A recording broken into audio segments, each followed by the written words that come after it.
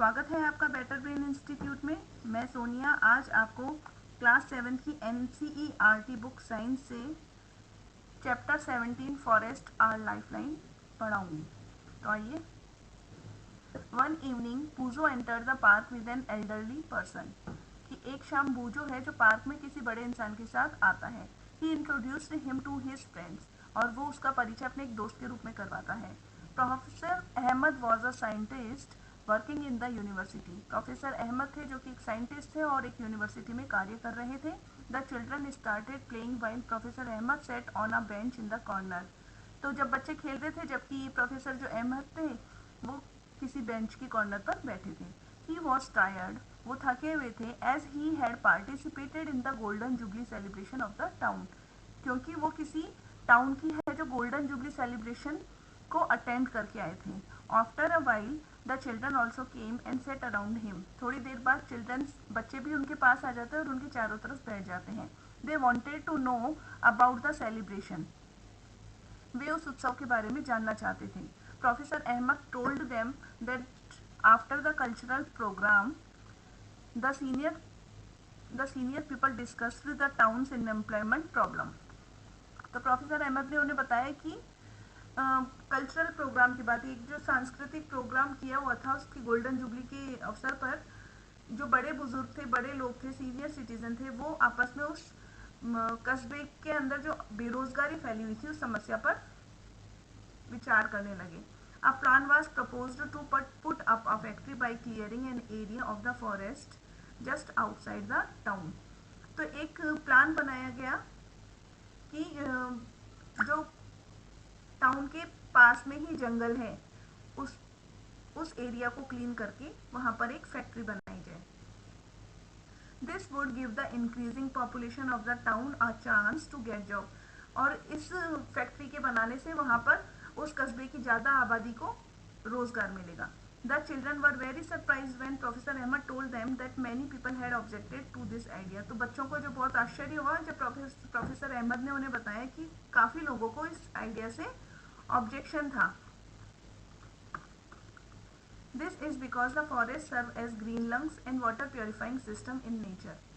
Professor Ahmed explain. Professor Ahmad ने बताया उन लोगों को ऑब्जेक्शन इसलिए था क्योंकि जो जंगल होते हैं वो हमारे लिए ग्रीन लंग्स, हमारे लिए जो एयर को प्योरीफाई करने का और पानी को प्योरीफाई करने के तरह कार्य करते हैं। The children were confuse. अब चिल्ड्रन बड़े कंफ्यूज थे। Professor Ahmed realised that the children had not visited a forest. तो प्रोफेसर अहमद को महसूस हुआ कि ये बच्चे शायद कभी फॉरेस्ट में नहीं गए हैं।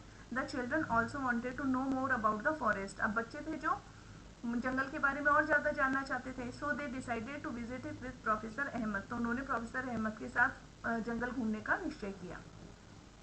Visit to a forest. One Sunday morning the children packed a few things like a knife, hand lens, a stick, notebook and walked together through a forest trail near a village.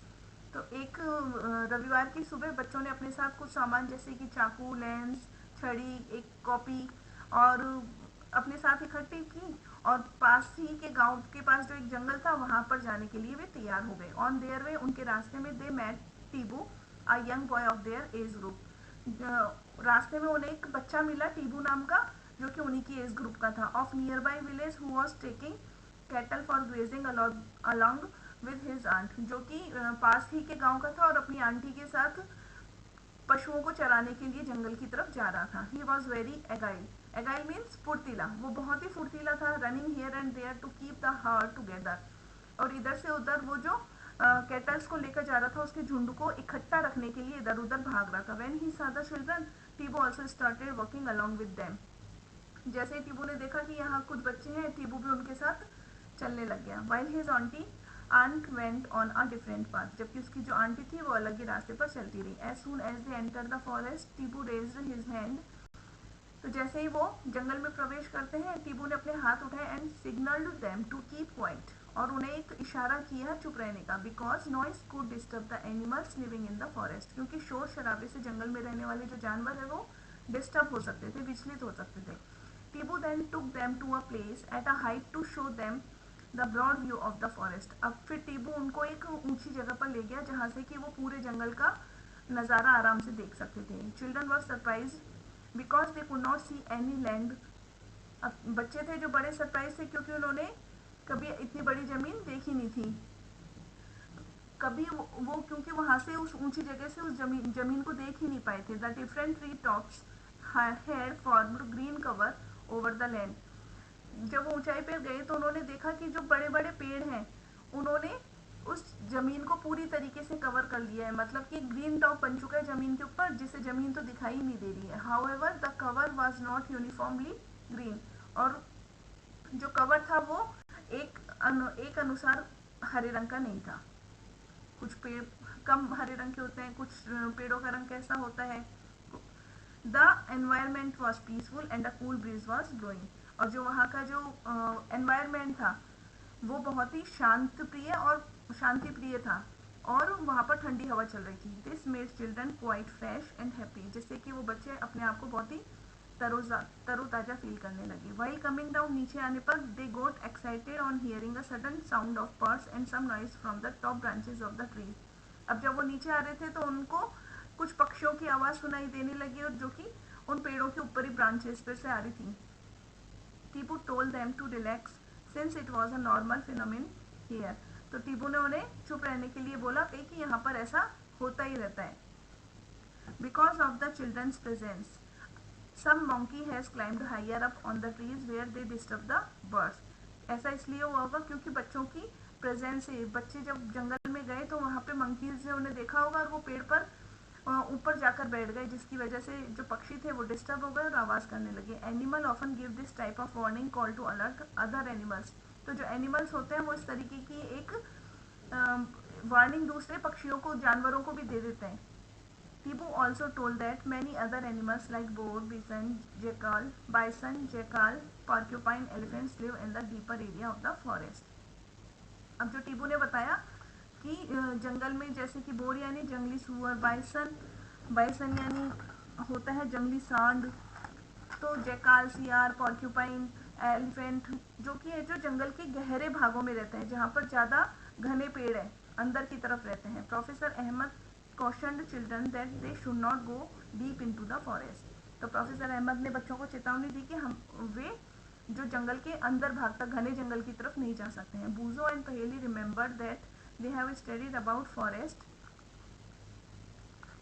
As an example of a habitat in class 6।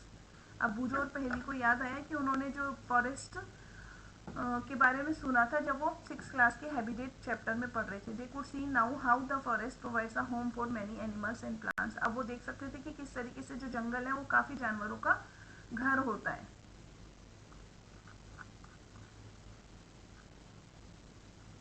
The land where the children were walking was uneven and covered with many trees.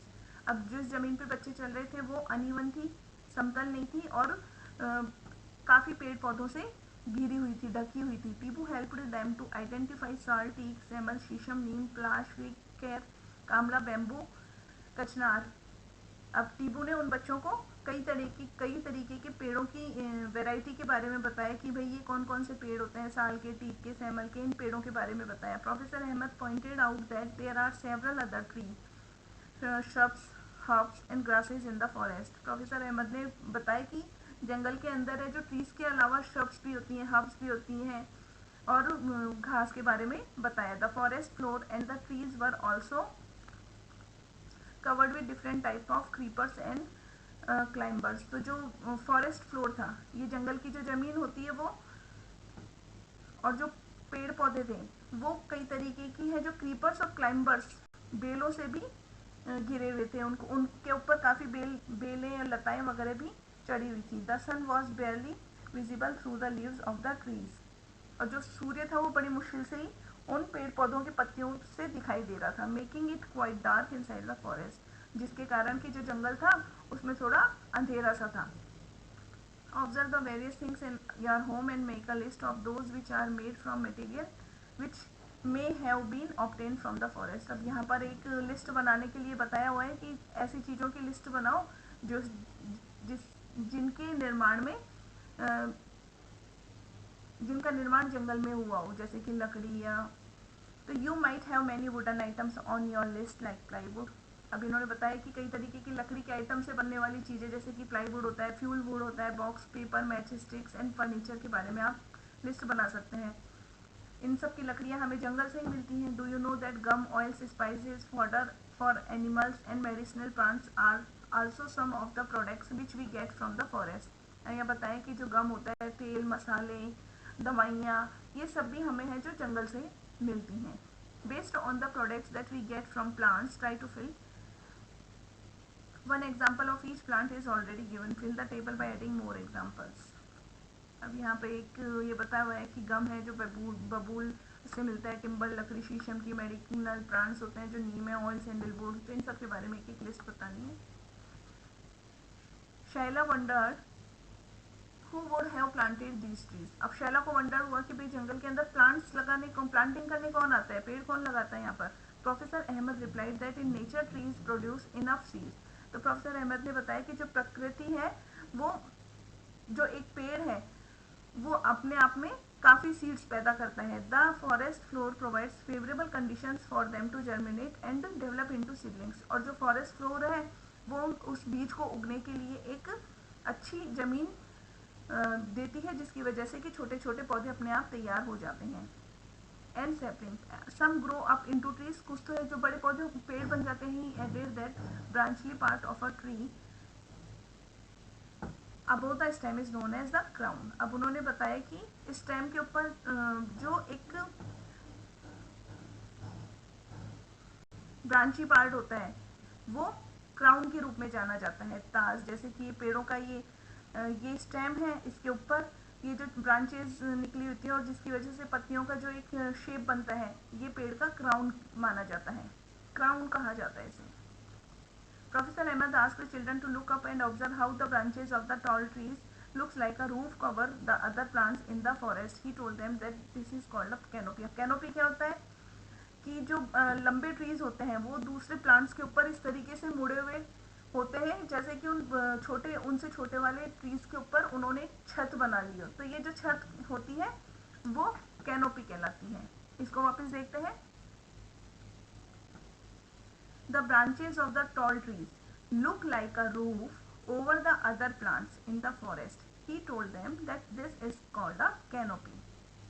Visit a forest or a park in your neighborhood, observe the trees and try to identify them. You can make the help of some elders or books on trees. List the characteristics of the trees that you observe, such as the height, shape of leaves, crown, flowers, fruits. Also draw the। अब यहाँ एक activity दी हुई है जिसमें बताया हुआ है कि आप पार्क में जाइए और वहाँ पर जितने भी पेड़ पौधों को आप जानते हैं उनके नाम लिखिए और उनकी जो हाइट है, शेप है, लीव्स है, फल है, क्राउन कैसा है, इसके बारे में एक लिस्ट बनाइए। अब प्रोफेसर अहमद यहाँ बता रहे हैं कि professor Ahmed pointed out that trees had crowns of different types and size, कि हर पेड़ का जो क्राउन होता है वो अलग अलग साइज का होता है और अलग तरीके का होता है। This had created different horizontal layers in the forest, जिसकी वजह से जो फॉरेस्ट के अंदर एक हॉरिजेंटल लेयर बन जाती है। This are known as understories, ये अंडर स्टोरीज के रूप में जाने जाते हैं। Giant and tall trees constitute the top layer followed by shrubs and tall grasses. अब जो बड़े और लंबे पेड़ हैं उनके नीचे shrubs उग जाती हैं और shrubs के नीचे और लंबी घास उग जाती है। And hubs form the lowest layer, और सबसे लोएस्ट लेयर किससे बनती है, वो हब से बनती है। ये यहाँ पर डिफरेंट तरीके के क्राउन बताए हुए हैं पेड़ के, सम क्राउन शेप्स दी हुई हैं। अब यहाँ इसके थ्रू हम जान सकते हैं दिस इज कैनोपी, ये सबसे जो लंबे ट्री की ब्रांचेज होती हैं वो जो सबसे ऊपर होती है वो दूसरे अदर प्लांट्स के ऊपर मुड़ के आपस में छत बना लेती हैं। ये देखिए, ये इसकी मिली हुई है, इसकी मिली हुई है, इसकी आपस में एक दूसरे पर इस तरीके से मुड़ जाते हैं जैसे लगता है कि इन छोटे प्लांट्स के ऊपर इन्होंने एक छत का निर्माण कर लिया। ये जो छत रूप बनती है इस तरीके की कैनोपी कहलाती है। ये अंडर स्टोरीज कहला रहे हैं। लॉन्ग ट्री के नीचे जो होते हैं दूसरे पेड़ होते हैं वो अंडर स्टोरीज कहलाते हैं। अब जो इस तरीके की एक ये जो कहलाते हैं ये श्रब्स कहलाते हैं। ये जो ग्रास है, छोटी ग्रास है, ये ये हब्स कहलाते हैं। और जैसे कि गुड़हल के पेड़ हो गए, रोज़ के पेड़ हो गए, ये सब श्रब्स में कहलाते हैं। और जैसे कि हब्स में क्या आती है, जैसे कि छोटे छोटे जैसे पालक, पुदीना, कोरिएंडर, इस तरीके की हैं जो श्रब्स में आती है। ये नीचे फॉरेस्ट फ्लोर हो गया।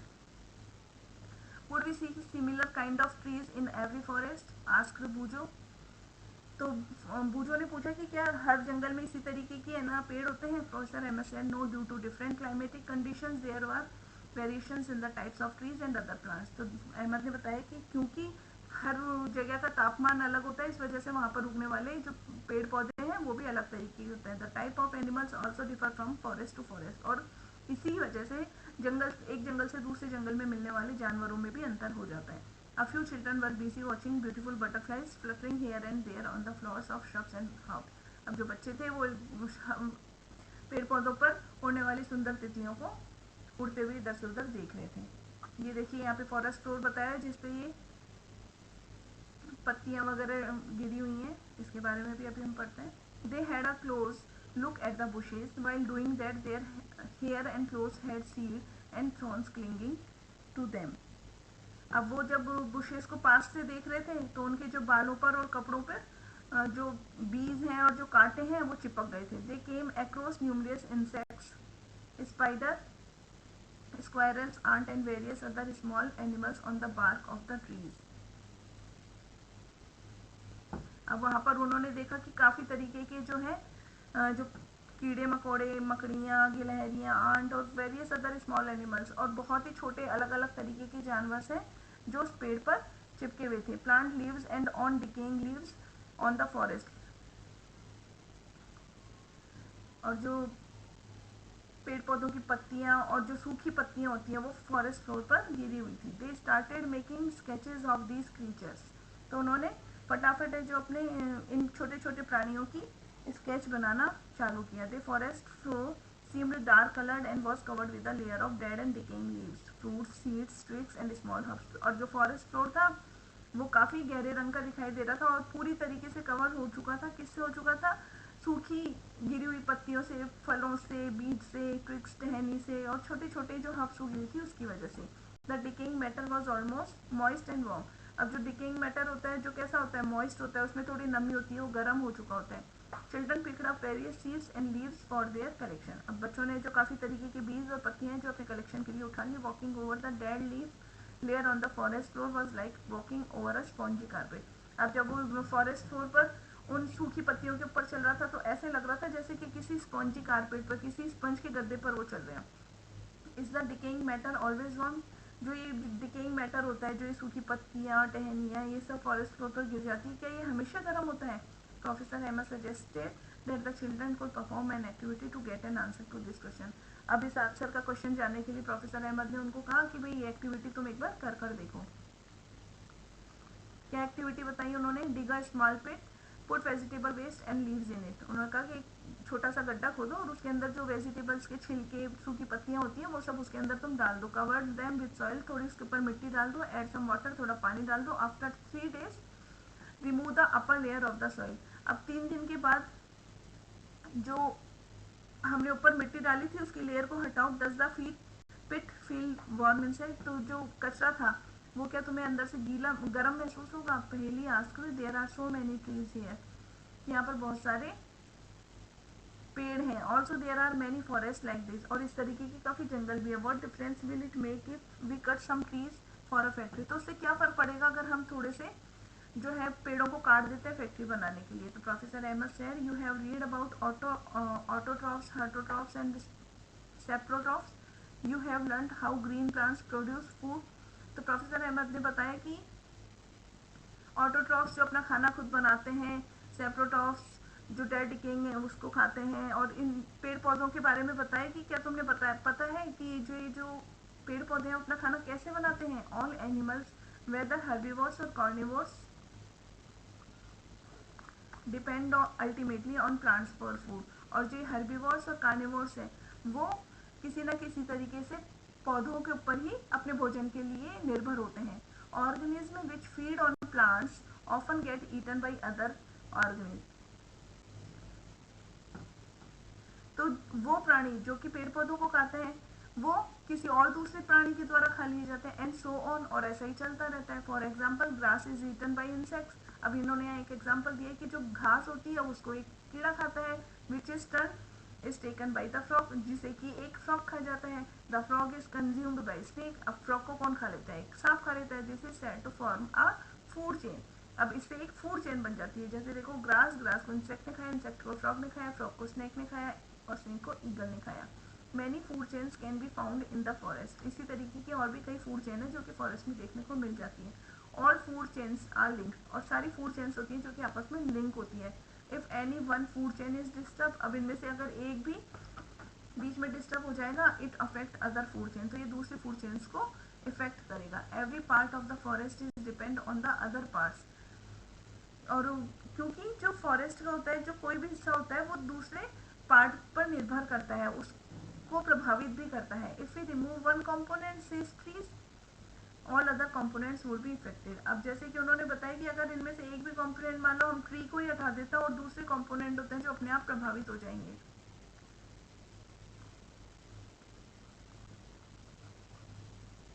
Professor Ahmed asked children to pick up leaves from the forest floor and observe them under a hand lens. अब प्रोफेसर अहमद ने बताया कि जो लीव्स तुमने उठाई है फॉरेस्ट फ्लोर पर से, उसको हैंड लेंस की मदद से देखो, अपने हाथ पर रखा। They found टिनी mushrooms over the decaying leaf. उन्होंने देखा कि जो सूखी मरी हुई पत्तियां हैं, उनके ऊपर छोटे छोटे मशरूम्स भी उगे हुए हैं। They also saw an army of tiny insects, millipedes and ants and beetle on them. अब उन्होंने देखा कि यहाँ पर है जो छोटे छोटे कीड़े मकोड़े और है ना, ये रेंगने वाले कीड़े, मिलीपेड्स रेंगने वाले कीड़े, चींटियाँ और ये भौरे, उनके ऊपर छोटे छोटे कीड़े हैं जो मंडरा रहे हैं। They were wondering how these organisms lives there. अब उनको बड़ा आश्चर्य कि छोटे छोटे कीड़े मकोड़े यहाँ कैसे रहते हैं। Professor Ahmed explain that apart from these animals which are easily seen, there are several organisms and microorganisms that live in the soil. तो प्रोफेसर अहमद ने उनको बताया कि भाई कुछ जानवर तो ऐसे होते हैं जो कि बड़ी आसानी से देखे जा सकते हैं, but there are several other, लेकिन कई प्राणी ऐसे भी हैं बिल्कुल छोटे, जो इतने छोटे हैं कि जो कि मिट्टी में रहते हैं और जिनको हम बिना लेंस के नहीं देख सकते हैं। Paheli wonder what mushroom and other micro organism eat. तो पहले ने पूछा कि जो मशरूम है और ये छोटे छोटे प्राणी ये खाते क्या हैं। प्रोफेसर अहमद रिप्लाइड, उन्होंने जवाब दिया, that they feed upon the dead plant and animal tissues and convert them into a dark colored substance called humus. तो प्रोफेसर ने बताया कि भी ये जो छोटे छोटे ऑर्गेनिज्म है, ये सूखी गिरी हुई मरी हुई पत्तियां, मरे हुए जानवरों के जो वो मरे हुए जानवर उनको खाते हैं और उसको एक डार्क कलर के सब्सटेंस में, पदार्थ में बदल देते हैं जो कि ह्यूमस कहलाता है। You have learn about humus in chapter 9. What is its important to the cell? The microorganisms which convert the dead plants and animals to humus are known as decomposers. तो यह बता रहे हैं कि जो ये माइक्रो ऑर्गेनिज्म, जो छोटे छोटे जीवाणु होते हैं जो कि डेड प्लांट्स और छोटे एनिमल्स को खाकर उनको ह्यूमस में चेंज कर देते हैं, ये डीकम्पोजर्स कहलाते हैं। These microorganisms play an important role in the forest. अब जो माइक्रो ऑर्गेनिज्म का रोल बहुत ही महत्वपूर्ण होता है जंगल में। Soon पहली removed some dead leaves and discovered under them a layer of humus on forest floor. तो जैसे पहली ने सुना, उसने फटाफट है जो डेड लीव्स की एक लेयर को ऊपर से हटाया, तो उसने देखा कि एक अंदर ह्यूमस की लेयर बनी हुई है। The presence of humus ensures that the nutrients of the dead plants and animals are released into the soil. अब जो ये ह्यूमस का दिखना इस चीज को निश्चित करता है कि जो डेड प्लांट और एनिमल्स हैं ये सॉइल को न्यूट्रिशन दे चुके हैं। From there these nutrients are again absorb by the roots of the living plant. अब जो न्यूट्रिशन माइक्रो ऑर्गेनिज्म ने दिया है उसको जो प्लांट्स है फिर से अपने एब्जॉर्ब कर लेते हैं, ले लेते हैं अपनी रूट्स की मदद से। What happens if an animal dies in the forest. तो उन्होंने पूछा कि अच्छा ये तो ठीक है कि छोटी छोटी जो पत्तियां हैं, डिकेइंग मैटर्स हैं, ड्राई लीव्स हैं, जो छोटे छोटे जीवाणु हैं ये मर जाते हैं, तो इसको जो है माइक्रो ऑर्गेनिज्म है वो ह्यूमस में चेंज करके कर देते हैं और जिससे कि पेड़ पौधों को न्यूट्रिशन मिल जाता है, वे ले लेते हैं। लेकिन जब कोई बड़ा जानवर मर जाता है तो क्या होता है।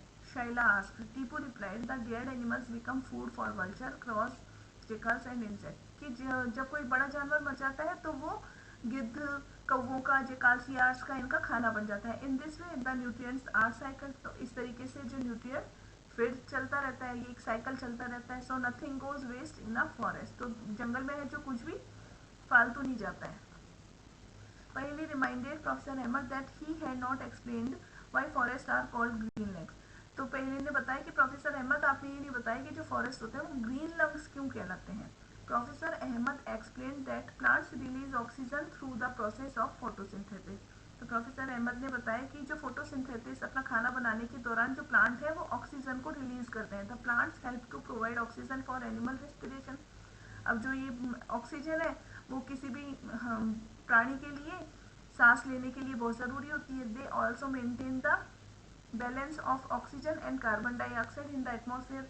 और इस वातावरण के अंदर वो ऑक्सीजन और कार्बन डाइऑक्साइड का बैलेंस बनाने में भी महत्वपूर्ण भूमिका अदा करते हैं। That is why forest are called lungs. इसी वजह से जो जंगल है वो ग्रीन लंग्स कहलाते हैं। द चिल्ड्रन सा clouds forming in the sky. अब बच्चों ने देखा कि जो वो कुछ बादल बन रहे हैं आसमान में। Boojho record that what he had learned about the water cycle in class 6। तो बूजो को याद आया कि उसने क्लास 6 में वाटर साइकिल के बारे में पढ़ा था। Tree takes in water from their roots and release water vapour into the air through evaporation. तो उसको याद आया कि जो पौधे होते हैं जो अपने रूट्स के माध्यम से पानी को एब्जॉर्ब कर लेते हैं और वाटर वेपर और पानी की बूंदों को इवेपोरेशन भाप के कारण जो आसमान में फिर रिलीज कर देते हैं। If there were fewer trees, अगर कुछ ही कम होंगे, how will be the water cycle be affected. अगर कुछ पेड़ रह जाएंगे तो फिर जो हमारा वाटर साइकिल है वो किस तरीके से अफेक्ट होगा। Tibu told them that the forest is not just home to plant and animals. उस टीबू ने बताया कि जंगल होते हैं जो केवल जानवरों का और पौधों का घर ही नहीं होता। Many people also live in the forest. कि कुछ लोग भी है ना, कई लोगों का ये घर भी होता है, लोगों का घर भी होता है जंगल। Some of them may belong to different tribes. अब इनमें से जो कुछ है वो अलग अलग जातियों से, आदिवासी जातियां जनजातियां होती हैं उनसे संबंध रखते हैं। Tibu explain that these people depend mostly on the forest. तो टीबू ने बताया कि जो जनजातियां आदिवासी लोग होते हैं वो मोस्टली जंगल के ऊपर ही निर्भर होते हैं। The forest provides them with food, shelter, water and medicine. और जो जंगल है उनको खाना, रहने के लिए घर, पानी, दवाइयाँ सब देते हैं। They have traditional knowledge about many medicinal plants in the forest. अब उनको ये जो परंपरागत नॉलेज बहुत होती है कि भाई कौन सा पौधा है जो किस बीमारी के काम में आता है। While Buzo was drinking water from a small stream, he saw come deer crossing the stream. अब जबकि बूजो एक छोटी सी लहर, छोटी सी नदी के अंदर से पानी पी रहा था तो उसने देखा कि एक जो हिरन है वो स्ट्रीम को क्रॉस करके गया। दे डिसअपियर्ड इनटू द बुशेज। और वो थोड़ी देर में जो झाड़ियों के अंदर गायब हो गया। The dense bushes and the tall growth grasses provide animals with the food and shelter. अब जो इस तरीके की गहरी और लंबी झाड़ियाँ होती हैं वो जानवरों के को खाना और रहने का आश्रय भी देती हैं। वो अपने आप को उनके अंदर छुपा सकते हैं आराम से। They also protected them from carnivores that live in the forest. और जो जंगली जानवर होते हैं उनसे छुपने में भी ये मदद करती हैं। Tibu then started looking closely at the forest floor. अब टीबू ने जो फॉरेस्ट फ्लोर को पास से देखना शुरू किया। सून ही कॉल्ड, उसने and showed the children dropping of some animals.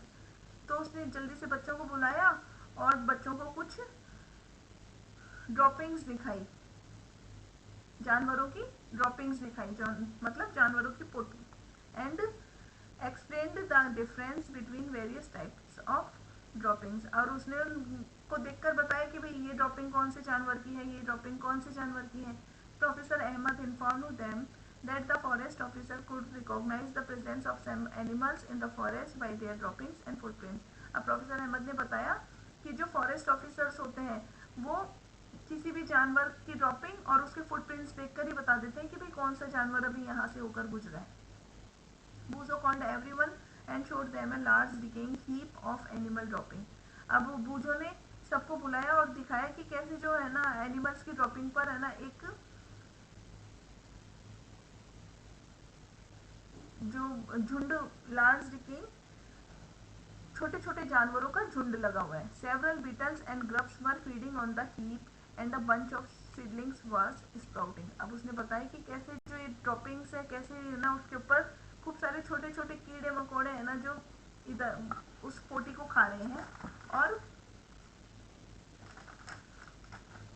उसके अंदर से छोटे छोटे जो बीजों में से स्प्राउट्स भी निकले हुए हैं। The seedling are of the herbs and shrubs. अब जो ये जो छोटे छोटे सीडलिंग्स थे, छोटे छोटे पौधे थे, वो किसी हर्ब के या श्रब के हो सकते थे।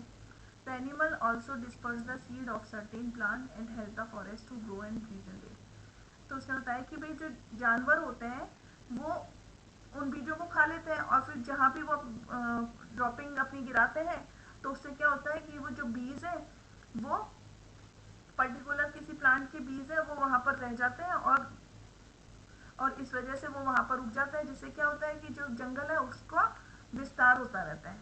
The decaying animal dung also provides nutrients to the seedling to grow. अब जो ये जो सूखा हुआ डंग होता है, गोबर होता है, गोबर की खाद बन जाती है और उसके अंदर काफ़ी न्यूट्रिएंट्स आ जाते हैं, जिससे कि जो सीडलिंग्स है वो आसानी से ग्रो हो जाते हैं, बढ़ जाते हैं। After listening to this, Boojho noted in his notebook by having greater variety of plants. The forest provides greater opportunity for food and habitat for the herbivores. तो जो इस तरीके की है ना, जो काफ़ी लंबे समय तक कई तरीके की वैरायटी को जब किसी जंगल में रहती है तो हर्बीवोर्स के लिए वो रहने के लिए घर और खाने के लिए उनको खाना आराम से एक जंगल के अंदर मिल जाता है। तो ये एक अच्छी अपॉर्चुनिटी हर्बीवोर्स के लिए होती है। हर्बीवोर्स कौन है? जो कि प्लांट ईटिंग एनिमल्स होते हैं। Larger number of herbivores means increasing availability of food for a variety of carnivores. तो अब ये बताएं कि जितने ज़्यादा नंबर में हार्बीवोर्स होंगे उतना ही ज़्यादा वेराइटी में कार्निवोर्स के लिए खाना होगा, क्योंकि कार्निवोर्स होते हैं एनिमल ईटिंग एनिमल्स, तो वो उनको खा सकते हैं। The wide variety of animal help the forest to regenerate and grow. अब जितनी ज़्यादा मात्रा में एनिमल्स होंगे वो फॉरेस्ट को उसी मात्रा के अंदर उस फॉरेस्ट का, जंगल का विस्तार कर पाएंगे। क्योंकि अभी हमने पढ़ा ना कि जो एनिमल्स होते हैं वो अपनी ड्रॉपिंग्स के थ्रू भी जो बीज को है एक जगह से दूसरी जगह पर ले जाते हैं, जिससे वहाँ पर सीड जर्मिनेट हो जाता है और जब जर्मिनेट हो जाता है तो ऐसे जंगल बढ़ता रहता है। जंगल में कोई पेड़ पौधे थोड़ी लगाता है। इसी तरीके से हवा से, ड्रॉपिंग से जो सीड्स हैं वो इधर उधर बिखर जाते हैं और अपने आप पेड़ पौधे उगते रहते हैं। Decomposers help in maintaining the supply of nutrients to the growing plants in the forest. और जो डिकम्पोजर्स होते हैं, छोटे छोटे ऑर्गेनिज्म जो हमने पढ़ा जो कि ह्यूमस में चेंज कर देते हैं, वो उसकी वजह से जो वहाँ पे मिट्टी, फॉरेस्ट के अंदर जो मिट्टी होती है उसका न्यूट्रिएंट भी बरकरार रहता है, जिससे कि पेड़ पौधे आराम से उग जाते हैं। देयरफॉर द फॉरेस्ट इज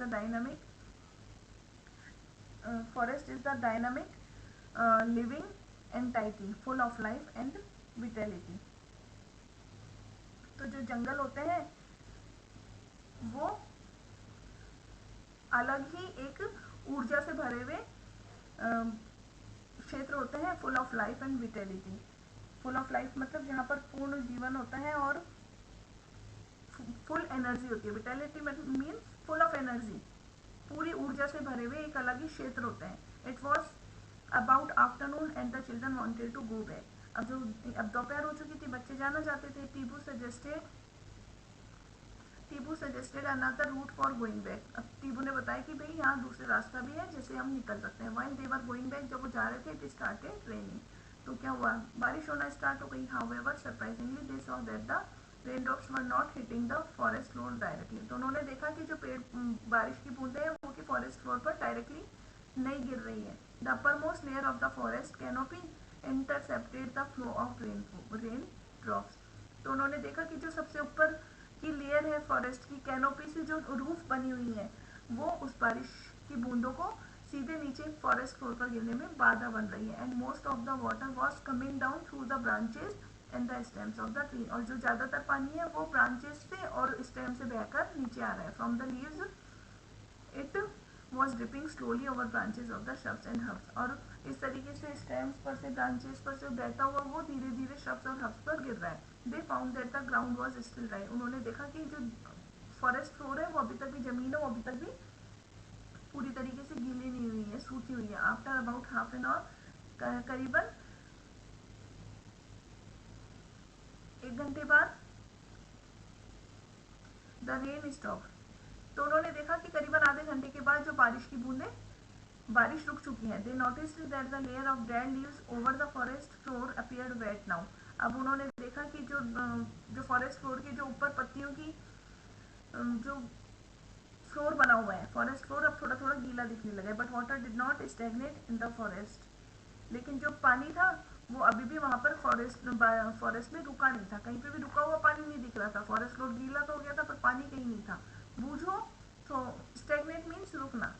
बूझो thought that if it had rained so heavily in his town. तो बूझो ने सोचा कि अगर इतनी भारी बारिश तो अगर हमारे टाउन में हो जाती, it would have flooded the drains and roads. तो बहुत तेजी से पानी है ना जो नालों और सड़कों पर बहने लग जाता। What would happen if it rains heavily in your town?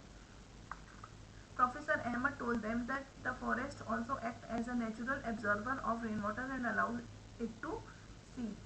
तो प्रोफेसर अहमद ने बताया कि जो फॉरेस्ट होते हैं ना वो पानी को सोखने का काम भी करते हैं और इसको नीचे गहराई तक जाने देते हैं। It helps maintain the water table through out the year, जिसकी वजह से जो पूरे साल है वो पानी का जो लेवल है कुओं में इसमें मेंटेन रहता है, बना हुआ रहता है। Forest not only help in controlling floods but also help maintaining the flow of water in the stream. तो जो जंगल है उससे केवल बाढ़ ही नियंत्रित नहीं होती, बल्कि ये जो जमीन के नीचे पानी का जो लेवल है उसको भी बनाए रखने में मदद करते हैं। Flow of water in the streams, नदियों में पानी बना रहता है, so that we get a steady supply of water, तो जिसकी वजह से हमें कंटिन्यू है जो पानी मिल पाता है। On the other hand if trees are not present rain hits the ground directly. अब अगर दूसरी तरीके से देखा जाए, अगर पौधे नहीं होंगे तो जो प्लांट है, जो रेन बारिश है वो डायरेक्टली हिट करेगी ग्राउंड को, जमीन पर सीधा पड़ेगी। And many flood the area around it और मे फ्लड, और इसकी वजह से जो चारों तरफ बाढ़ भी आ सकती है।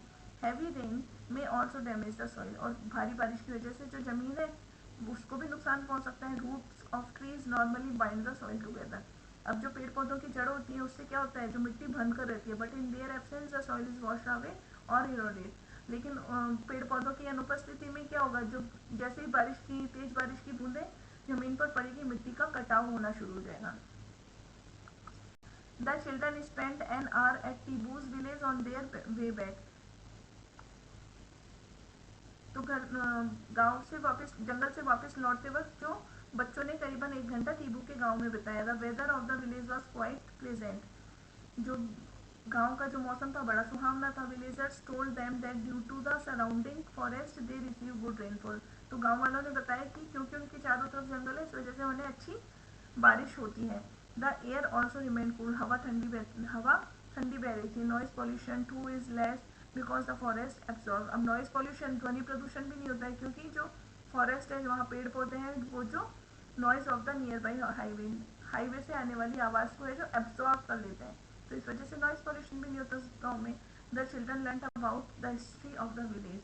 It surprised them that the villages and the agricultural field of that area were created after clearing the forest about 60 years ago। अब जो बच्चों को है जो उस गांव की हिस्ट्री के बारे में भी बता दिया गया था कि करीबन 60 साल पहले जो फॉरेस्ट को काट कर ही, पेड़ पौधों को काट कर ही इस एरिया को बसाया गया था। Tibu's grandfather told them that when he was young the village was not as large as it was now. तो टीबू ने बताया कि उनके दादाजी ने उसको बताया था कि जब वो जवान थे तब ये गांव इतना बड़ा नहीं था जितना कि आज हो चुका है। It was also surrounded by forest, और ये जंगल से पूरी तरीके से घिरा हुआ था। Construction of road, building, industrial development and increasing demand of would created pressure on the forest and it started vanishing.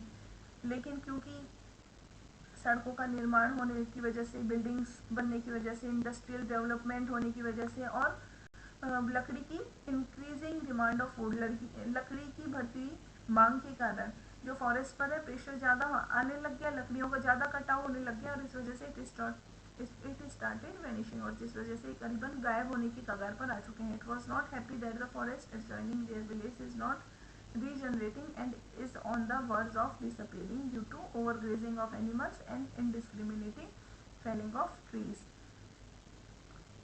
तो उसने बताया कि ही वॉज नॉट हैप्पी, वो खुश नहीं थे कि forest adjoining their village is not regenerating, कि जो उनके गांव से जुड़ता हुआ जंगल है वो रीजनरेट नहीं हो रहा है, मतलब वहाँ पर नए नए पेड़ पौधे अब उग ही नहीं पा रहे हैं ज़्यादा, and is on the verge of disappearing, और वो लगभग गायब होने की कगार पर है, due to over grazing of animals. क्यों? एंड एनिमल्स की ओवर ग्रेजिंग की वजह से, एनिमल्स को जब के चढ़ने की वजह से, और इनडिस्क्रिमिनेटिंग फेलिंग, और बिना सोचे समझे जो पेड़ों को काटा जाता है, इस वजह से जो जंगल है वो गायब होने की कगार पर है। Professor Ahmad said that if we did things wisely we could preserve forest and environment as well as have development। तो प्रोफेसर अहमद ने बताया कि अगर हम चीज़ों को बड़ी बुद्धिमत्ता से काम लें तो हम जंगल को और इस वातावरण को भी बचा सकते हैं, और हम अपना विकास भी साथ ही साथ कर सकते हैं। Children prepared a few pictures to show the consequences of such an event.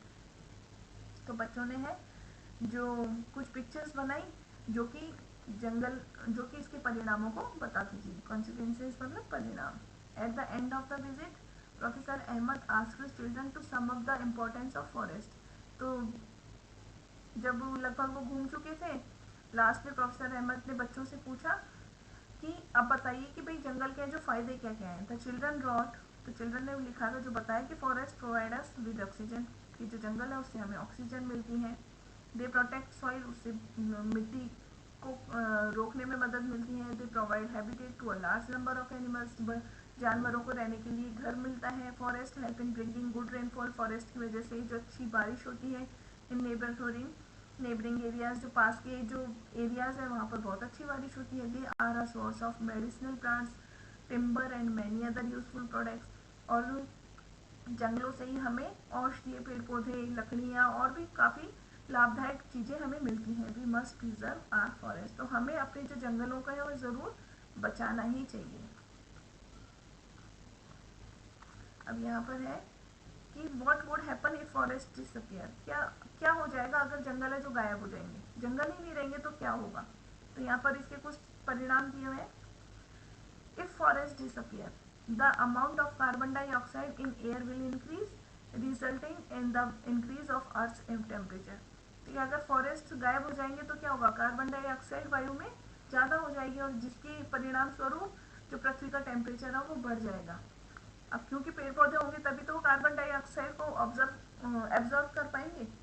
In the absence of trees and plant the animal will not get food and shelter. अब पेड़ पौधे नहीं रह पाएंगे तो फिर जो जानवर हैं, जो हर्बीवोर्स है, जो कि पूरी तरीके से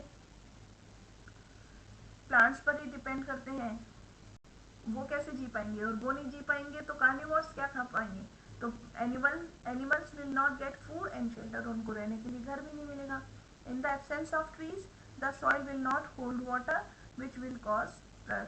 अब ट्री की एब्सेंस रहेगी तो क्या होगा कि जो मिट्टी है वो पानी को रोक नहीं पाएगी, और जिस वजह से बाढ़ आ जाएगी। Deforestation will endanger our life. Deforestation means कि पेड़ पौधों को काटना। Deforestation will endanger our life and environment. तो पेड़ पौधों को अंधाधुंध काटने से जो हमारी लाइफ है और हमारा जो वातावरण है वो खतरे में आ चुका है। Think what we can do to preserve our forest. तो सोचो कि हम अपने जंगलों को बचाने के लिए क्या कर सकते हैं। अब यहाँ कीवर्ड्स दिए हुए हैं, कैनोपी, क्राउन, डिकम्पोजर्स, डिफॉरेस्टेशन। तो कैनोपी क्या है? कैनोपी है it is a tended, it is a roof which made by tended and tall tended branches of tall trees. Crown क्या है? Crown it is the upper part of branches above the stem. Decomposers होते हैं क्योंकि सूखी decaying leaves को खाते हैं। Deforestation पेड़ पौधों को काटना। ह्यूमस है जो डिकम्पोजर्स खाते हैं डिकेइंग लीव्स को, सूखी पेड़ पौधे की पत्तियों को, तो वे ह्यूमस बनाते हैं। ह्यूमस। रीजनरेशन पेड़ पौधों का अपने रीजनरेशन मतलब वापस विकास होना। सीड डिस्पर्सल पेड़ पौधे वो बीजों का इधर से उधर विस्तार होना। सॉइल इरोजन मिट्टी के कटाव के बारे में अंडर स्टोरीज। तो आई होप कि ये चैप्टर आपको पसंद आया होगा। अगर मेरे पढ़ाने के तरीके में आपको कुछ कमी लगती है या आप कुछ सुधार चाहते हैं तो प्लीज़ कमेंट करके मुझे बताइए। मैं आगे भी एनसीईआरटी के इसी तरीके से और चैप्टर्स करवाऊंगी। तो आप मेरे चैनल को प्लीज़ सब्सक्राइब कीजिए, मेरा वीडियो लाइक कीजिए। Thank you.